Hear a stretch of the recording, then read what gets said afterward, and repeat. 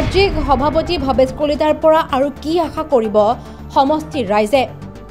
সমষ্টিত নতুনকৈ অন্তৰ্ভুক্ত হোৱা ৰাইজক প্ৰথম দিনটোতেই দিলে ৰামঠগন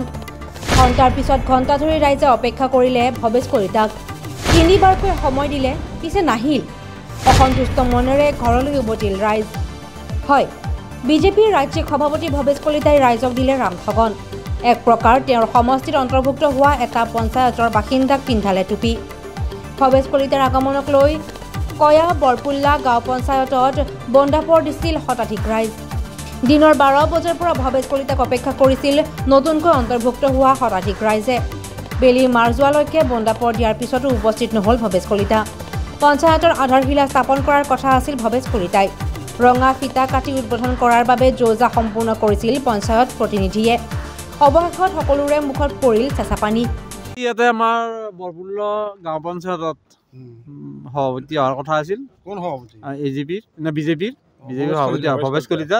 হোৱাৰ কথা আছিল টাইমটো তিনিবাৰ টাইম চেঞ্জ কৰিলে এবাৰ কৈছিল 9টাত আহিম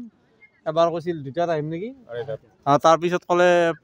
4টাত আহিম এতিয়া কৈছে বোলে নাহো গতিকে আমি অহাকালি যাম 3টা বজাত আপোনালোক থাকিব এতিয়া আমি থতমত চালে ঘৰলৈ যাব ওলাইছোঁ ঠগালে গাধা ঠগন দিছে আৰু আমাৰ কোনে দিছে এই ভৱেশ কলিতাই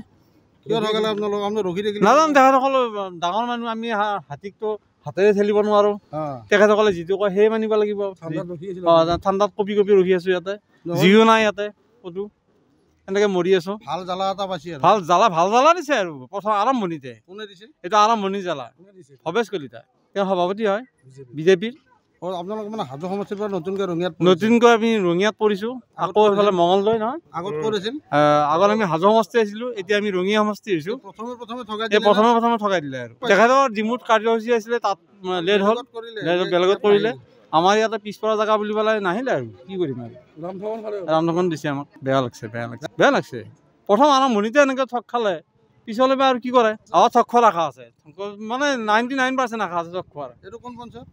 এইটো বৰপুল্লা গাঁও পঞ্চায়ত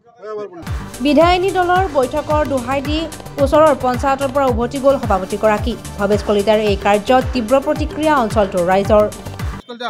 নাই আমি যোগাৰ কৰিলোঁ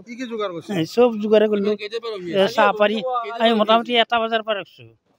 মইতো ৰাতিপুৱাৰ পৰাই কাম কৰিছোঁ নাহিল মই চব যোগাৰ আনিছিলোঁ চাহৰ কিবা কিবি ঠগন দিলে আৰু একেবাৰে ভাল ঠগাইছে ইমান মানুহৰ বৰগেছাৰ পাই 1টা বজাত আহি ৰখি আছে মাইকী মানুহৰ খাব পৰা নলগ হয়